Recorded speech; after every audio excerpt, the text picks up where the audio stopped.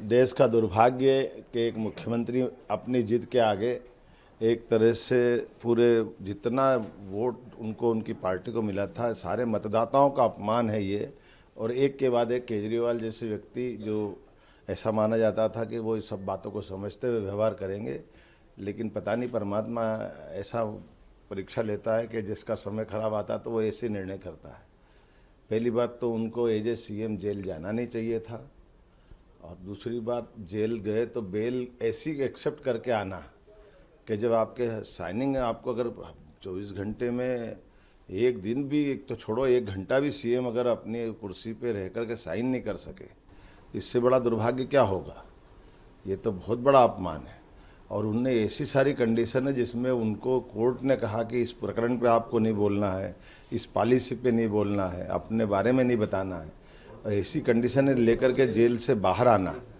और फिर वो कई दुनिया उसमें कि मैं तानाशाह से लड़ रहा हूँ, तो ये जनता सब जानती है, जनता कभी माफ़ नहीं करेगी। निष्कलंक बेदाग नरेंद्र मोदी जी के नेतृत्व में जिस ढंग से पूरा देश उनके अपने आभा मंडल में आया हुआ है और जनता का जो विचार आ रहा है, केजरीवाल को इसकी कीमत चुकाना पड़ेगी। पर केजरीवाल से ज़्यादा बड़ी बात यह है कि एक राजनेता को इस तरह का व्यवहार करना, इतिहास में केजरीवाल जी की ये घटना बहुत गलत तरीके से आएगी। इसके लिए केजरीवाल जी को पूरे देश से माफ़ी मांगना चाहिए। देश का दुर्भाग्य कि एक मुख्यमंत्री अपनी जिद के आगे एक तरह से पूरे जितना वोट उनको उनकी पार्टी को मिला था सारे मतदाताओं का अपमान है ये। और एक के बाद एक केजरीवाल जैसे व्यक्ति जो ऐसा माना जाता था कि वो इस सब बातों को समझते हुए व्यवहार करेंगे, लेकिन पता नहीं परमात्मा ऐसा परीक्षा लेता है कि जिसका समय खराब आता तो वो ऐसे निर्णय करता है। पहली बात तो उनको एज ए सीएम जेल जाना नहीं चाहिए था, और दूसरी बात जेल गए तो बेल ऐसी एक्सेप्ट करके आना कि जब आपके साइनिंग आपको अगर 24 घंटे में एक दिन भी, एक तो छोड़ो एक घंटा भी सीएम अगर अपनी कुर्सी पे रह कर के साइन नहीं कर सके, इससे बड़ा दुर्भाग्य क्या होगा। ये तो बहुत बड़ा अपमान है।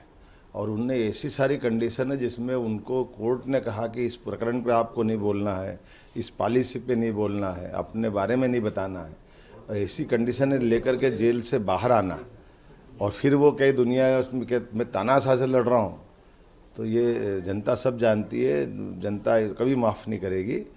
निष्कलंक बेदाग नरेंद्र मोदी जी के नेतृत्व में जिस ढंग से पूरा देश उनके अपने आभा मंडल में आया हुआ है और जनता का जो विचार आ रहा है, केजरीवाल को इसकी कीमत चुकाना पड़ेगी। पर केजरीवाल से ज़्यादा बड़ी बात यह है कि एक राजनेता को इस तरह का व्यवहार करना, इतिहास में केजरीवाल जी की ये घटना बहुत गलत तरीके से आएगी। इसके लिए केजरीवाल जी को पूरे देश से माफ़ी मांगना चाहिए।